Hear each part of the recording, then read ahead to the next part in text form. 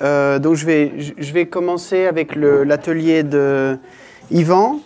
Bon, finalement, il y avait une crainte au début de savoir est-ce qu'on allait réussir à réellement discuter après une conférence de haute voltige. Est-ce qu'on allait réussir à débattre sur des choses concrètes, sur un sujet qui mobilise notre imaginaire et un aspect un peu abstrait qu'est le paysage.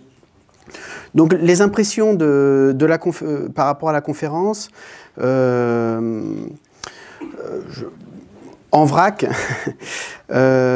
bon, une chose qui était une évidence et c'est peut-être une raison pour laquelle elle n'a pas été souvent mentionnée, c'est que le paysage c'est important pour le tourisme. Donc c'est évident que le paysage est ce qu'on vend en premier aux touristes. Donc là, juste pour rappeler la centralité de ce sujet par rapport à la question du tourisme.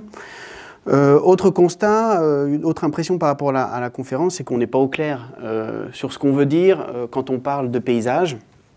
Une autre impression, c'est que on a souvent parlé du paysage comme visuel. Or, on aurait pu aussi parler du paysage vécu, hein, le paysage comme expérience, voire le paysage sensoriel ou auditif. On a surtout parlé d'un paysage au deuxième ou troisième degré, c'est-à-dire un paysage vu de loin, alors qu'il y a aussi un paysage de proximité, donc le paysage qu'on a autour de nos maisons, le paysage de nos jardins, le paysage de nos rues, donc des paysages urbains peut-être qui sont aussi plus proches de nos préoccupations et aussi des préoccupations des touristes. Par rapport au constat en Valais, évidemment, on a abordé la question du conflit entre le paysage comme bien commun et le paysage comme bien privé. Hein, donc le conflit finalement entre le paysage visuel et puis le territoire de la propriété privée. Hein. On a aussi constaté qu'en Valais, on s'est souvent fait imposer une image et que l'image du Valaisan montagnard, l'image du Valais rural, c'est souvent une image qui a été construite de l'extérieur, même si on a participé à la renforcer. Mais c'est un constat que voilà, le Valais qu'on vend à l'extérieur n'est pas forcément le Valais qui nous correspond. Et qu'il fallait distinguer du coup le Valais qu'on vend aux touristes et le Valais qu'on vend à nous-mêmes, hein, donc le Valais qui nous correspond. Un autre constat, c'est que, étant donné que le paysage touche à l'esthétique, ça va être très difficile de s'entendre sur des référents communs. Hein, il y aura autant de conceptions du paysage qu'il y aura d'individus. D'autant plus dans une période actuelle, on a une fragmentation finalement des esthétiques. Hein, donc c'est peut-être ce que certains appellent la postmodernité. Et du coup, face à ce constat-là, qu'est-ce qu'on peut proposer justement donc pour se réapproprier cette image du Valais? Alors, quelques pistes d'action à la volée, peut-être de réenchanter les paysages ordinaires. Alors, réenchanter les paysages ordinaires, ça veut dire déjà descendre de sa voiture. Ça veut dire aussi se réapproprier les paysages de proximité, les paysages de nos villes, à travers des chemins panoramiques dans les villes. Ça veut dire aussi insister sur le paysage urbain, du Valais urbain. Ça veut dire aussi, étant donné qu'on ne peut pas changer le paysage et qu'on ne peut pas déplacer les montagnes, on peut aussi mettre en scène ce paysage pour changer les représentations sur le paysage. Distinguer les cibles de l'offre paysagère, donc le paysage pour les touristes et le paysage pour les Valaisans. Trouver de nouvelles icônes. C'est vrai que quand on pense au paysage sédunois, on pense très vite à Valère, qui finalement nous intéresse pas directement dans la vie de tous les jours, même si c'est une icône. Est-ce qu'il n'y aurait pas d'autres icônes sédunoises à trouver? Une autre piste d'action, c'est remettre l'homme au cœur des représentations paysagères. Souvent, on a tendance à évincer les hommes du paysage. Donc, comment se réapproprier ensuite? Il y a des professionnels du paysage, des paysagistes, hein, on a des professionnels du marketing, les communicants, on a aussi des mécanismes de participation, comme nous l'a montré Bernard de Barbieux. Mais en même temps, la participation n'est pas une panacée, puisque... Donc, voilà, essayer de miser sur plusieurs techniques pour induire cette réflexion qui nous manque. Et puis, enfin... dire que quand même le paysage, c'est souvent la seule et unique chose qu'on vend aux touristes à l'extérieur.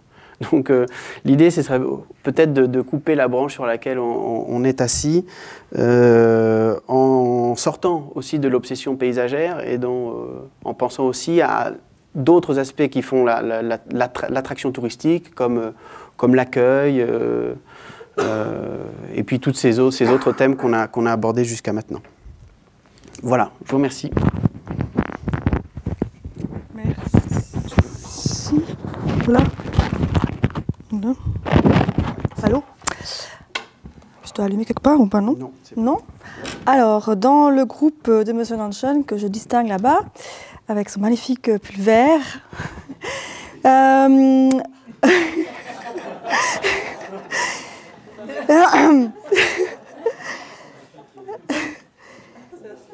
ça c'est fait. Donc parmi les points forts, en fait, nous avons tous, on a tous été un peu, enfin, il y a une grande réalisation à l'issue de la conférence, c'est qu'en fait, il n'y a pas de paysage absolu. Le paysage, c'est une invention du cerveau, et en fait, il n'existe que dans les yeux de la personne qui le regarde. Alors, il me semble que quelqu'un a déjà dit ça une fois, mais je ne sais plus. Bref.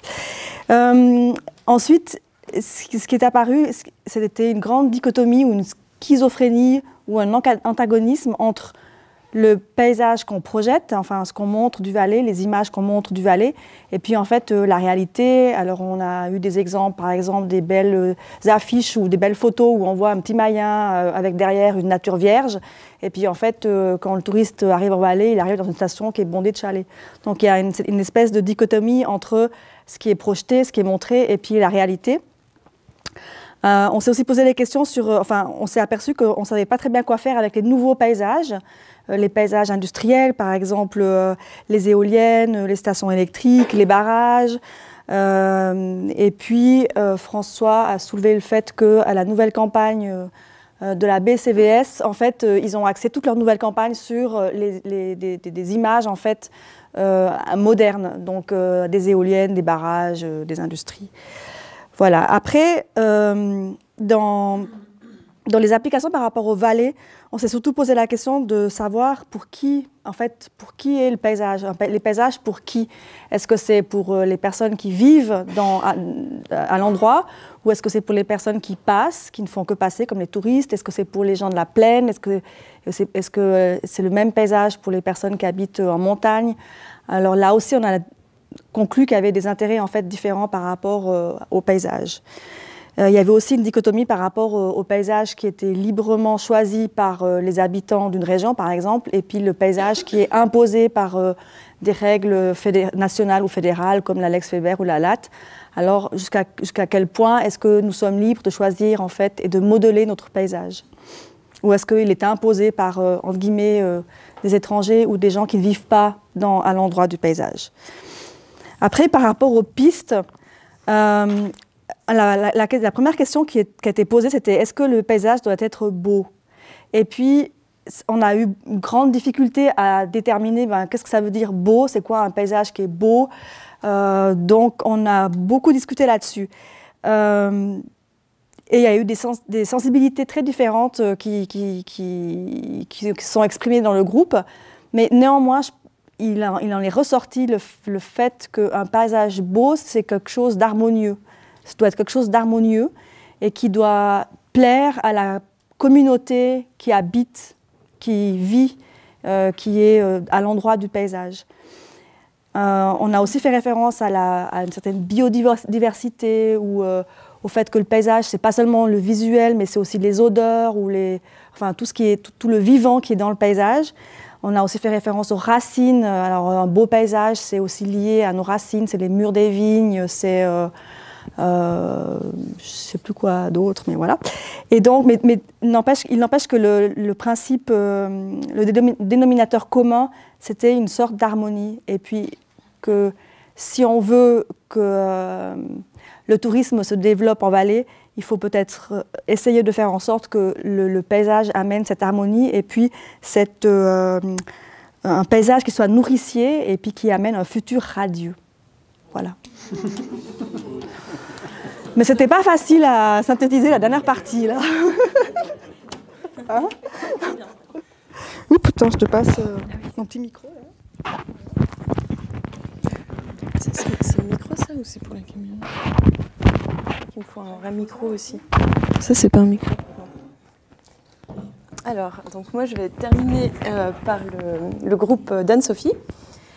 Alors, un petit peu comme tous les autres groupes, pour la majorité d'entre nous qui pensions avoir une vision assez claire de ce qu'était le paysage, ça a bousculé un petit peu les esprits, cette présentation. On avait pas mal de représentants du milieu touristique, donc on se disait que c'était un argument de vente. Le paysage, c'est vraiment une motivation touristique numéro 1. Et du coup, c'était intéressant de pouvoir prendre du recul et de se rendre compte que le paysage est une construction sociale et culturelle. Et que, voilà.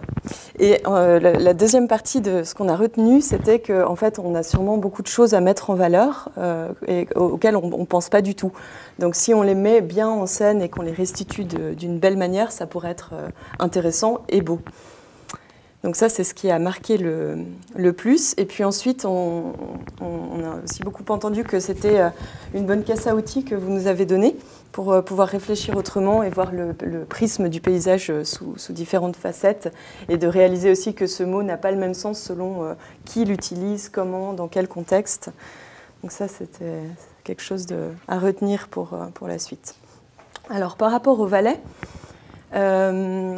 alors, un petit peu en vrac aussi, donc le Valais est finalement une mosaïque de paysages, en fait, parce qu'on a l'impression que c'est juste un paysage, mais finalement on s'est assez vite rendu compte qu'on en a tout plein.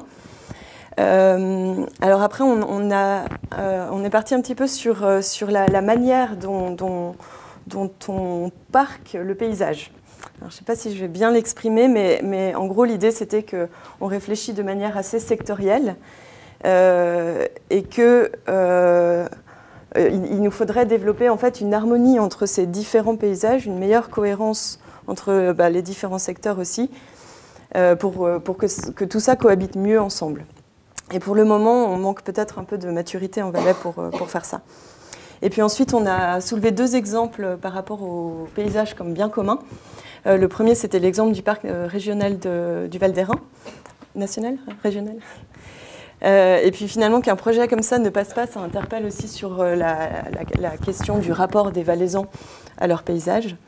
Et puis le deuxième exemple, c'était l'inscription JR sur les murs en pierre sèche du Valais, au-dessus de Thion. Voilà. On s'accapare un peu ce paysage-là. Voilà. Et puis sinon, quelqu'un disait aussi qu'en dessous de 2500 mètres, il y a quand même beaucoup de choses qui ont été fabriquées et qu'il ne reste plus grand-chose d'originel. Ce qui amène en fait aux pistes de réflexion, où nous, on a beaucoup discuté sur la fonction des perceptions du paysage. Donc c'est assez différent de vous, donc c'est pas mal, ça complète. La fonction dans le sens, par exemple, pourquoi le paysage de Chipis ne serait pas intégré dans le paysage de Crans-Montana? Pourquoi pas? Et dans ce cas-là, il s'agirait de définir une identité, de déconstruire tous ces éléments du paysage et ces visions qu'on a, pour ensuite mieux les reconstruire et mettre en scène le territoire différemment de la vision qu'on a actuellement. Et un autre exemple aussi par rapport à ces perceptions, c'était dans le domaine du bâti, où donc on disait que, pardon, c'est un peu compliqué, il nous faudrait en fait utiliser la notion de paysage comme une perspective durable, par exemple dans des zones à aménager, et réfléchir à quelle fonction on donne au patrimoine bâti qu'on trouve a priori moche. Voilà, je ne sais pas si c'est clair, mais en gros, c'est... Et puis enfin, pour conclure, il nous faudrait d'abord assumer une volonté de il nous faudrait une volonté d'assumer ce paysage qu'on trouve a priori moche. Et en même temps, il faut aussi que cet empaysagement crée une plus-value et une fierté nationale, sinon on ne peut pas empaysager non plus n'importe quoi s'il n'y a pas derrière quelque chose qui est porté par la population. Voilà.